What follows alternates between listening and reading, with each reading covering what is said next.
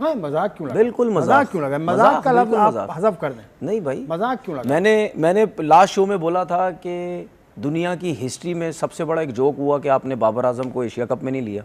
ये मैंने last show में बोला। हाँ, एशिया कप में ठीक है, ये दुनियाई क्रिकेट की सबसे बड़ा एक और सेकंड जोक हुआ कि आपने जो सेंट्रल कॉन्ट्रैक्ट अनाउंस किए उसमें ए कैटेगरी नहीं है। अब मेरा सिलेक्टर से ये पूछना है कि ABC आपकी जो है वो B से शुरू होती है या ABC A से शुरू होती है? मेरे ख्याल में इनकी शायद अब B से शुरू हो रही है, A से शुरू नहीं हो रही।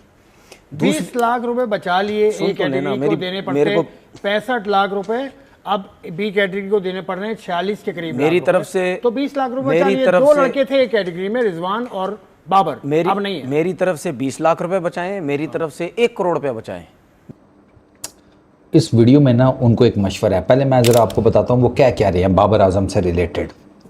सिलेक्शन कमेटी के ऊपर इतना प्रेशर है कि अगर बाबर आजम ने T20 से रिटायरमेंट का ऐलान कर दिया तो पूरे मुल्क में या पूरे पाकिस्तान में शोर पड़ जाएगा।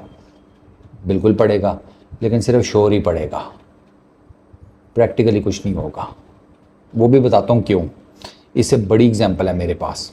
बाबर आजम उसके सामने कोई शय ही नहीं है, जो एग्जांपल मैं भी आगे आपके सामने कोट करूँगा।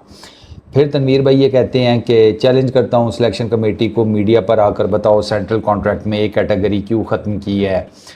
दुनिया की क्रिकेट में एक और जोक हुआ है कि इनकी अंदर इतनी हिम्मत नहीं है कि बाबर आजम को डिमोट करें ए कैटेगरी से बी कैटेगरी में। उन्होंने ए कैटेगरी जो है PCB ने वो उड़ा दिया है। फिर हाँ central contract announced, A category ख़त्म कर दी, मतलब गई बाबर आजम की वजह से। इसको बोलते हैं Babar Azam pressure, selection committee डर गई। तनवीर भाई, पाकिस्तान क्रिकेट बोर्ड इस टाइम जिस हिसाब से चल रहा है ना, मेरा आपको मशवरा यह है कि आप क्रिटिसिज्म करें लेकिन ना हिसाब किताब में करें। सबसे बड़ा जोक हुआ वो ये, पहले तो ये था कि बाबर आजम को एशिया कप से बाहर किया गया और रिजवान को भी। दूसरा ये कि पाकिस्तान के जो सिलेक्टर्स हैं उन्होंने जो सेंट्रल कॉन्ट्रैक्ट अनाउंस किया उसमें ए कैटेगरी ही खा गए। मतलब इनकी जो ABC है वो B से स्टार्ट हुई, ए खा ही गए। ये पढ़े लिखे समझदार पता नहीं कौन से स्कूलों में पढ़े, ठीक है। मतलब हालत आप चेक करें कि बाबर आजम से इतना घबराए हुए ये कि इन्होंने ए कैटेगरी ख़त्म कर दी। उसकी रीज़न ये है क्योंकि इससे पहले जो ए कैटेगरी में थे उसमें रिजवान भी था, उसमें बाबर भी था। तो घबरा इस वजह से गए कि उन्होंने ये सोचा कि यार अगर इन दोनों को सबसे पहले तो एशिया कप से हमने बाहर किया जानबूझ के, जो मैं हमेशा कहता हूँ जानबूझ के बाहर किया। क्रिकेट का तो परफॉर्मेंस का या स्ट्राइक रेट इसका तो कोई रीज़न ही कोई नहीं है। उस पे लोगों ने इतना शोर मचाया और जो सिलेक्शन कमेटी थी प्लस माइक हैसन जब प्रेस कॉन्फ्रेंस आके बात की, बिल्कुल घबराए हुए थे। नहीं बाबर कैसे बाहर हो गया, 2 टोक बात करो, नहीं खिलाना 2 टोक बात करो, अगर हिम्मत है 2 टोक बात करो। वो नहीं की इन्होंने। मैं बिल्कुल खुश नहीं हूँ। क्यों? बिल्कुल खुश नहीं हूँ। क्यों? बस बाबर आजम रिजवान के साथ नाइंसाफ़ी हुई, मैं इस वजह से खुश नहीं हूँ बिल्कुल भी। तो बाबर तो 14 T20 से टीम का हिस्सा नहीं है, रिजवान तो 14 T20 से टीम का हिस्सा नहीं तो है। वो तो इस वजह से हिस्सा वो तो इस वजह से हिस्सा नहीं थे ना, क्योंकि बोला गया था ना कि हल्के मैचेस में इनको रेस्ट देना है, एशिया कप में इनको डालेंगे। वो तो ये बोल के उनको रेस्ट करवाया था। किसी ने नहीं बोला यार, ये अच्छा, मेरे से कहीं से उड़ाई है। हाँ चले जो भी उड़ाई है, लेकिन मेरे से कोई भी सवाल करता है मैं तो कहता हूँ कि भाई मुझे ऐसा लगता है ये एक बहुत बड़ी साजिश है पाकिस्तान के खिलाफ, जानबूझ के शायद ये हो रहा है। जानबूझ के हो रहा है। चलें, आकिब जावेद साहब ने अनाउंस की टीम। दोस्तों स्वागत है आप सभी का।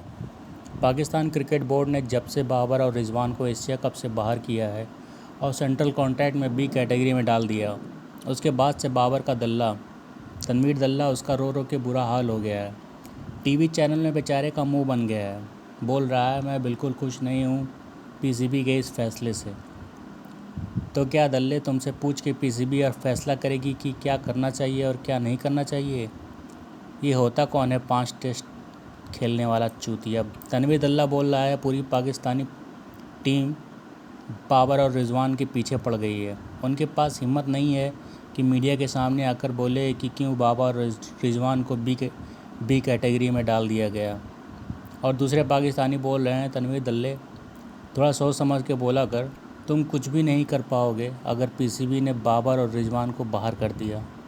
किसी की भी हिम्मत नहीं है कि उसको टीम में शामिल कर ले, तुम चाहे जितना रो गा लो। और तुम्हारे रोने गाने का तो लोग मज़ा ही लेते हैं, इसीलिए तुमको टीवी पर बुलाया जाता है। हर टीवी चैनल में गाली खा के निकलते हो, फिर एक नया टीवी चैनल ने तुमको यहाँ बुला लिया है और यहाँ का एंकर भी तुमको हमेशा डांटता रहता है, चुप कराता रहता है। तनवीर दल्ला बोल रहा है बाबर को टीम में रखो, चाहे वह रन बनाए या ना बनाए। बाबर और रिजवान के अलावा कोई भी पाकिस्तान में एक कैटेगरी का खिलाड़ी ही नहीं है। उनको निकाल के पीसीबी वालों ने उनकी बेइज्जती कर दी है। ये मुझे बिल्कुल पसंद नहीं है। आइए दोस्तों देखते हैं क्या क्या बकवास कर रहा है ये तनवीर दल्ला। वो प्रेशर था, इनको टीम से बाहर किया। अब इनके ऊपर प्रेशर ये था कि अगर अब बाबर आजम को ए कैटेगरी से या रिजवान को उठा के अगर हम बी कैटेगरी में ले आते हैं और ए कैटेगरी में अपने पसंद के लोग ले आते हैं तो ये तो एक और अजाब बन जाएगा, ये तो मुश्किल हो जाएगी।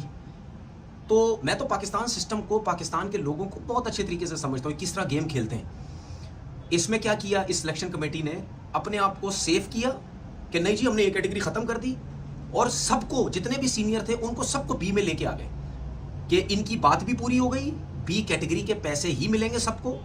और ए कैटेगरी हमने शुरू से ही बिल्कुल ही ख़त्म ही कर दी कि अब कोई ये कह ही ना सके कि बाबर आजम और रिजवान को देखो जी हमने बी में कर दिया, बाकी तो इनसे फारिग प्लेयर जिनकी इतनी परफॉर्मेंसेज ही नहीं और नए लड़के उनको कुछ को ए कैटेगरी में हमने डाल दिया, तो देखो जी हमने ख़त्म ही कर दी इस चीज़ को। ये अपने आप को सेफ भी किया, ठीक है। और बाबर आजम के जो फ़ैन हैं या मैं भी, ठीक है, हम सबका इन्होंने मुंह बंद करने की कोशिश की, देखिए जी बात ना करें, लेकिन हमारा मुंह कहाँ से बंद होता है, क्योंकि हमें पता आप डरपोक है, सिलेक्शन कमेटी डरपोक है। इस सिलेक्शन कमेटी को ये डर लगा हुआ है कि यार अगर हमने बाबर आजम को ए कैटेगरी से उठा के बी कैटेगरी में डाल दिया तो कहीं वो T20 क्रिकेट से रिटायरमेंट ही ना ले ले।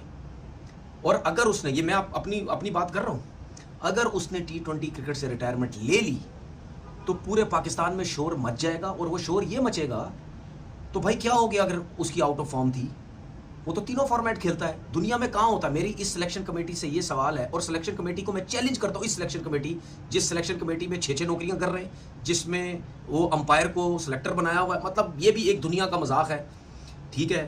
तो इस सिलेक्शन कमेटी से चैलेंज है। खैर चैलेंज तो बंदा उससे करता है ना जो कुछ आगे से जो मेरिट पे आया भी हुई, तो वैसे ही मेरिट पे नहीं है कि मीडिया में आके ज़रा बताओ तो सही, रीज़न बताओ कि भाई आपने ABC का ए खा गए, वो किस वजह से खा गए, आप खुद सुन लेना। ये देखना कैसे घुमाए फिराएंगे बातों को, जी हमने यूं कर दिया, हमने ये कर दिया, हमने ये सोचा, हमने वो सोचा, ये इस तरह घुमाएंगे। अंदर की जो मैं बात बता रहा हूँ वो यही है कि बाबर से जो है वो घबराए हुए। तनवीर भाई, पाकिस्तान क्रिकेट बोर्ड इस टाइम जिस हिसाब से चल रहा है ना, मेरा आपको मशवरा यह है कि आप क्रिटिसिज्म करें लेकिन ना हिसाब किताब में करें। ये मैं आपको ना भाइयों वाला मशवरा दे रहा हूँ। ओवरऑल इस टाइम पाकिस्तान के हालात आप देख लें। अब मुझे एक बात बताएं, बाबर आजम को लेकर आप, मेरे जैसा फुद्दू यूट्यूब पे या फेसबुक पे बैठ के अगर कोई बात करेगा ना, उसको इतना सीरियस नहीं लिया जाता। ठीक है, लगा रहने दो, who gives a dam. Sir आप तो साबिक क्रिकेटर हैं, आप टीवी के ऊपर बैठते हैं, and if I am not wrong तो आजकल तो आप शायद स्टेट टीवी के ऊपर प्रोग्राम कर रहे हैं, ठीक है। तो आपकी बात की और वेटेज है, ये बात ज़हन में रखिएगा। अच्छा, आप जिस हिसाब किताब में इनको टेस्टर लगा रहे हैं ना, बाबर आजम को लेकर सिलेक्शन कमेटी डर गई, पीसीबी का ये फलाना टिमकाना, लेट्स सपोज इन्होंने बाबर आजम को आहिस्ता आहिस्ता करके तीनों फॉर्मेट से बाहर कर दिया in a span of a very short time कि परफॉर्मेंस नहीं आ रही। बातें तो हो रही हैं ना, T20 से बाहर जब हुए हैं उससे पहले बातें हो रही थी, T20 से बाहर हो गए। अब जैसे कमरान अकमल ने कहा कि बाबर आजम का तो ODI में भी कोई काम नहीं है, ODI से रिलेटेड भी बाहर कर देते हैं, फिर टेस्ट क्रिकेट से भी बाहर कर देंगे। आप मुझे बताएं क्या होगा। आप कह रहे हैं पूरे पाकिस्तान में शोर पड़ जाएगा, हाँ ठीक है पड़ जाएगा, शोर ही पड़ेगा बस, और क्या होगा। इमरान खान से रिलेटेड पाकिस्तान में कम शोर पड़ा हुआ है, बस शोर ही है, प्रैक्टिकली कुछ नहीं है, ये ज़हन में रखिएगा।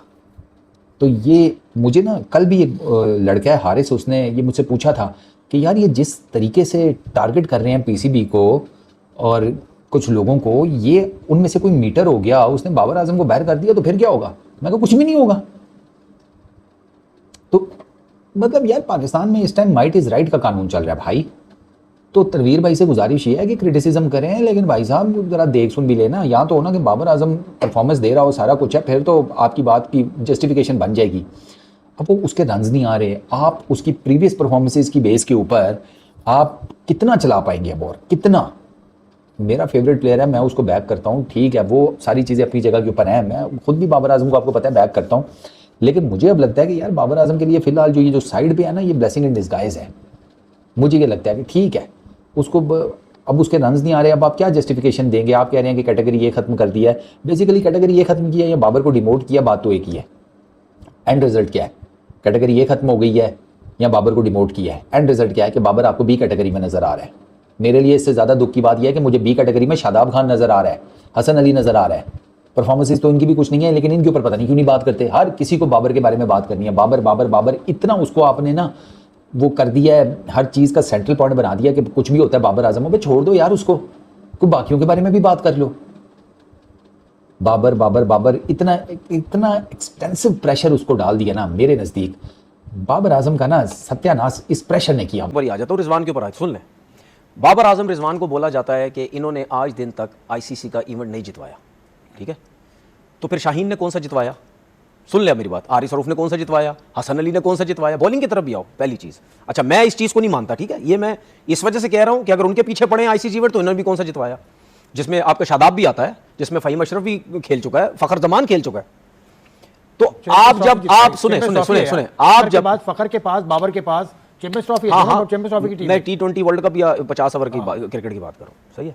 एशिया कप 50 ओवर की थी, सॉरी, मैं वो तो चैंपियन ट्रॉफी थी ना, मेन वर्ल्ड कप और T20 चैंपियंस ट्रॉफी बड़ी इवेंट। मैं वो उसकी बात नहीं कर रहा, मैं उसकी बात नहीं कर रहा, मैं वो इवेंट बहुत बड़ा, मैं उसकी बात नहीं कर रहा। अभी फिलहाल चले हम T20 की बात करें, T20 पे आ जाए। बाबर पे बहुत उंगलियां उठती है ना, सही। हालांकि जो आप फखर जमान की आपने बात की चैंपियन ट्रॉफी, उसमें तो बाबर भी था, ठीक है ना, बल्कि फाइनल में अच्छी, ठीक है, फाइनल में नहीं, वो लोग सब भूल गए, वो सब भूल गए, अच्छी खेली, ठीक है, वो सब भूल गए। छोटा था उस वक्त, 23 साल शायद उम्र थी, ठीक है, एजेंडा बेस्ड लोग वो सब भूल गए। सुना, जब हम 92 का वर्ल्ड कप जीते, या तो फिर जो लोग बाबर को ये कहते हैं ना कि इसने आईसीसी के इवेंट में कभी परफॉर्म नहीं किया, तो फिर ये भी मानो, बोलो कि 92 वर्ल्ड कप के बाद जितने भी 50 ओवर के वर्ल्ड कप हुए, उसमें जितने भी प्लेयर थे वो बिल्कुल फारिग प्लेयर थे, कोई सुपरस्टार नहीं था। आपकी लॉजिक क्या है? मेरी लॉजिक ये है कि जब उन सुपरस्टारों ने वर्ल्ड कप नहीं जितवाया तो फिर कहां के प्लेयर? बायलेटर सीरीज तो सारे जीतते रहे, वर्ल्ड कप क्यों नहीं जितवाया आपने? फिर ये मैं बाबर की बात, रिजवान सुन लेना, इस तरह से देखें, साउथ अफ्रीका में एक ही वर्ल्ड कप उन्होंने जीता, सुन तो ले, उनके पास स्टार देखें, कैलिस है, डोनाल्ड है, सुन ले, ये मैं बात क्यों कर रहा हूं, ये मैं बात क्यों कर रहा हूं, डेल स्टेन है, ये मैं बात क्यों कर रहा हूं, ये मैं बात क्यों कर रहा हूं, क्योंकि ये बेकार सी, फारिग सी डिबेट हमारे मुल्क में चलती है, एजेंडा बेस्ड डिबेट हमारे मुल्क में चलती है, ठीक है।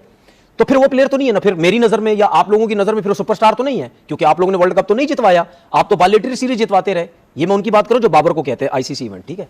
उस हिसाब से मैंने बोला था कि यार अगर आपने इतनी परफॉर्मेंस दी है और अगर आप ये समझते कि आपकी रिस्पेक्ट नहीं हो रही, रेपुटेशन उस तरह आप समझते हैं कि हमारे को जितनी रिस्पेक्ट देनी चाहिए उस तरीके से नहीं हो रही, तो फिर आप इंटरनेशनल क्रिकेट से रिटायर हो जाए। इंटरनेशनल क्रिकेट, मैंने ये नहीं, मेरा कहने वजह ये नहीं था कि वनडे से भी छोड़ दे, टेस्ट से भी, T20 का जिक्र चल रहा है, उस वजह से मैंने बोला, ठीक है। ये तो अब बाबर की जाहिर बात अपनी वो है। तो इस जगह पे जब आपके ऊपर इतना प्रेशर डलता है, उसके बाद आपकी काउंट होती है आपकी पर्सनैलिटी। आपकी पर्सनैलिटी क्या है? अगर आप स्ट्रॉन्ग पर्सनैलिटी के, ठीक है, अगर आप जो है वो आप ये समझ, अब मेरी पर्सनैलिटी क्या है? जिस जगह पे मुझे ये फील हो कि मेरी इज्जत नहीं है, मैं पैसे नहीं देखता।